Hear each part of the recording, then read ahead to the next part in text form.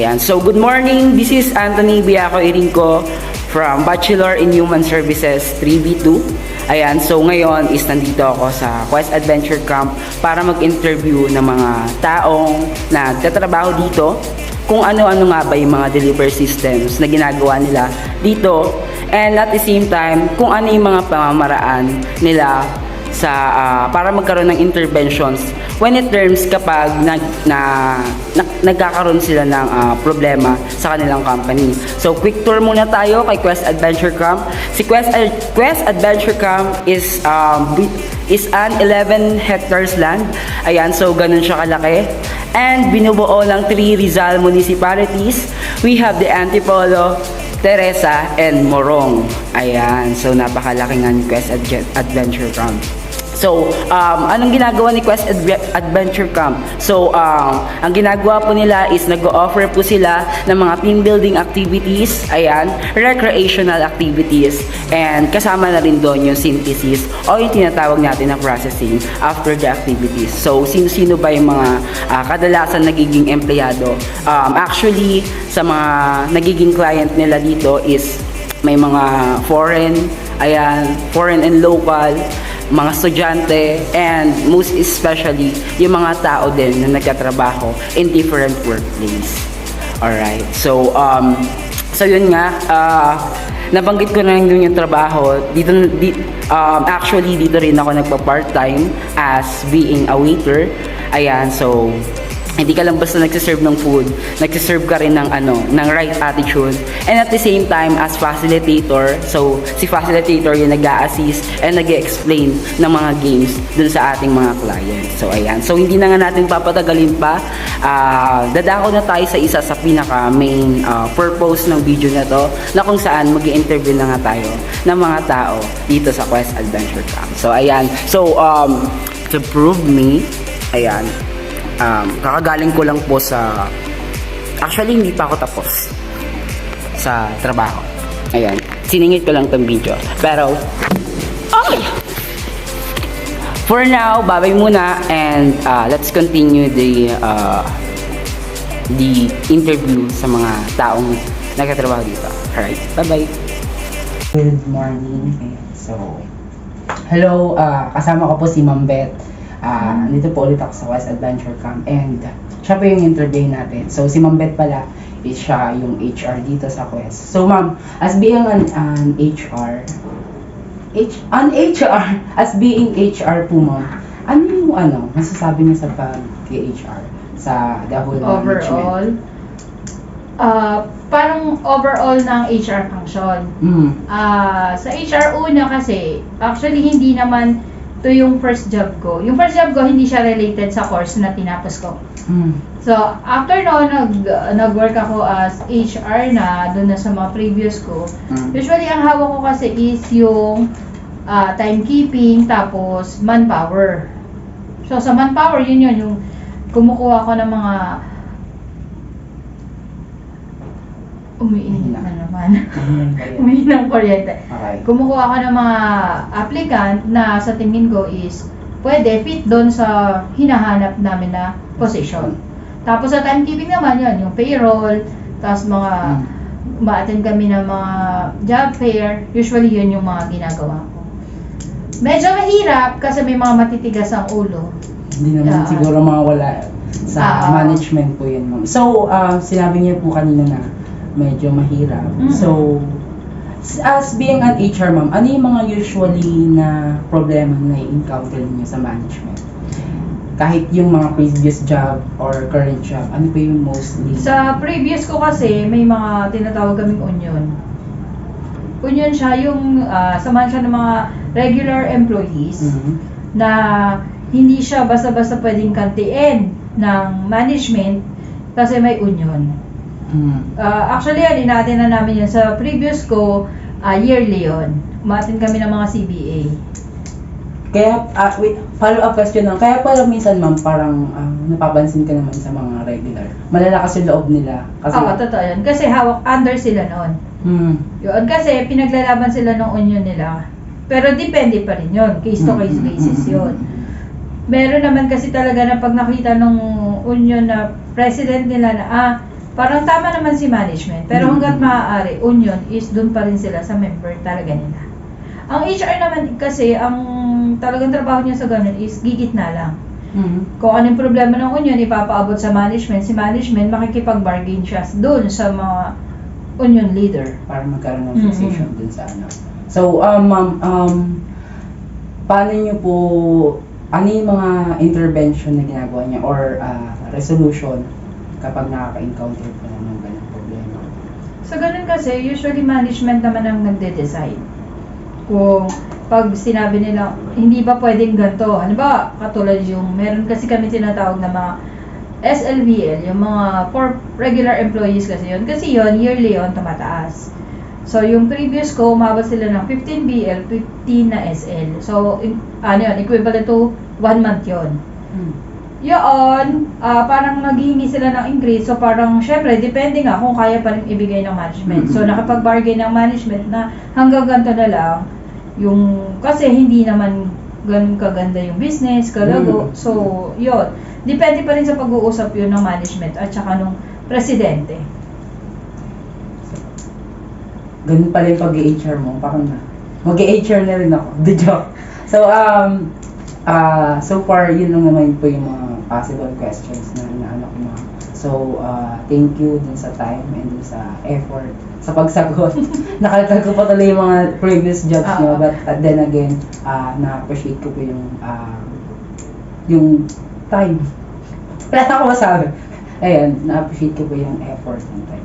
Thank you. Sige po, So thank ayun, you. for the meantime, si Kuya JR, ka-churchmate ko, kuya. Ayun, nagkatrabaho siya sa DA, but then again, tumanggi po siya na may video. So, i-record ko na lang po yung mga sasabihin ko. Yung code, gagawa ng mga memo, yun yung job description ko, ginagawa ko naman. Pero kung wala namang memo, wala akong ginagawa. Okay. Kung walang dadalhin sa Malacanang, sa mga Department of DTI, sa OSG, sa ibang agencies, wala akong dadalhin. Pero kuya, yung gasolina nun, sagot nila? Wala, kasi government din sagot nila yun. Gasolina, May allotted Sasakyan. allowance. Kasi nagre-request kami ng ng vehicle sa General Services Division. Sila nagpro-provide nun ng sasakyan, Okay. ng mga kailangan nyo. Siyempre pag nag-request ka ng vehicle request, bibigyan ka ng sariling driver mo, bibigyan ka ng allotted gasoline mo. Pero usually yung allotted gasoline na naman 15 liters per day. 10 liters. 15 liters per day. Yun lang. Kahit saan ka pumunta, gamitin mo yan. Oh, Mayor. So, good thing naman pala kuya na wala kayong masyadong na-encounter na problema. Meron, pero Kapag minimal lang, lang. Siyempre yung merienda ng driver mo, nahihiya ka. okay. Siyempre, papameriendahin mo yun. Sample, da-deliver ka ng aalis ka ng alas 9. Kasi pag nagugutom driver mo, alangan naman siya magsasabi sa'yo na kain muna tayo. Siyempre, ayain mo, kain tayo. Siyempre, Okay. deliver mo yun. Okay. Oh. Pero, case to case naman yun. Okay. Meron namang driver na work lang. Pero merong driver na siyempre nagugutom, gustong kumain. Siyempre, iti-treat mo, kahit merienda. Depende naman yan. Minsan kasi umuwi ako deliver ako ng alas 9. Nakakauwi ako ng alas 11. Siyempre, hindi ko nasagot. Lunch nun. Minsan, nakakauwi ako ng alas 3. Sample, pag pumunta ako sa Nueva Ecija, siyempre, sagot ko yung... hindi naman sagot.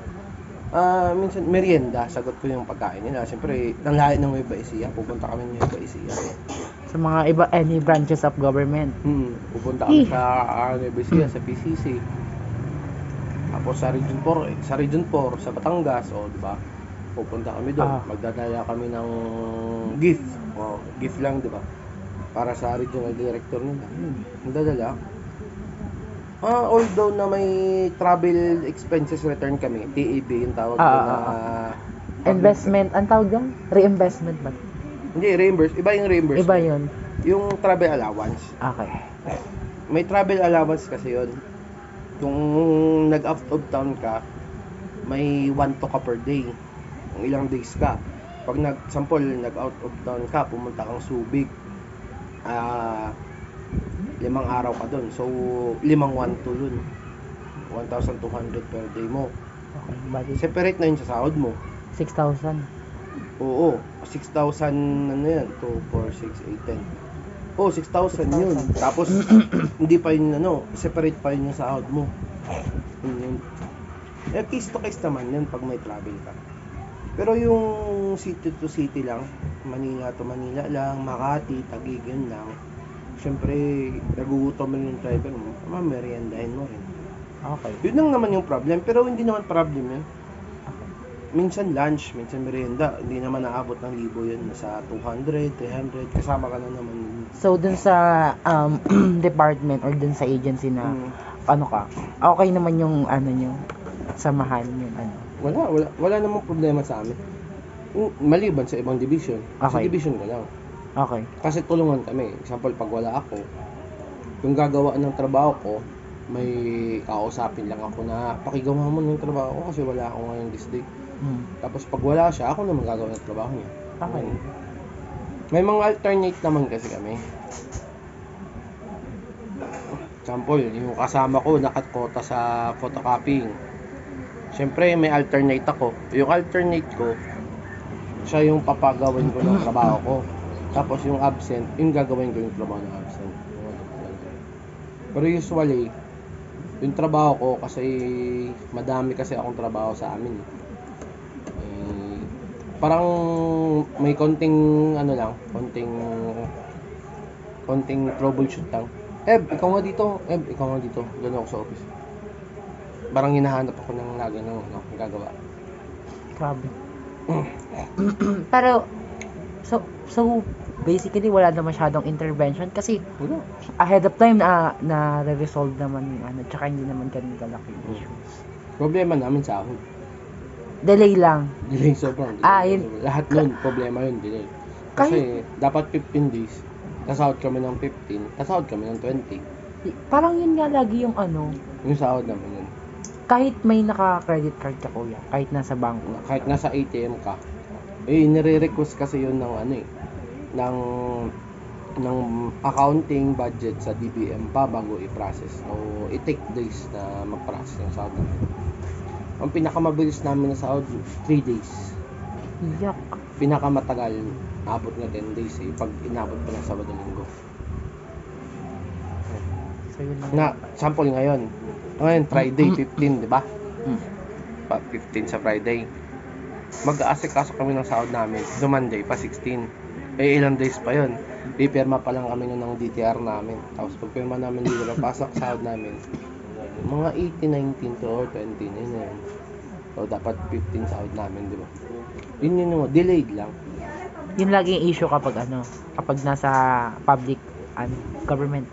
Depende sa sa amin ganun kasi dama-dami kasi ng employees sa amin. Okay. So, yun lang naman kuya, wala ka naman pala masyadong ibang problems. Maganda rin yung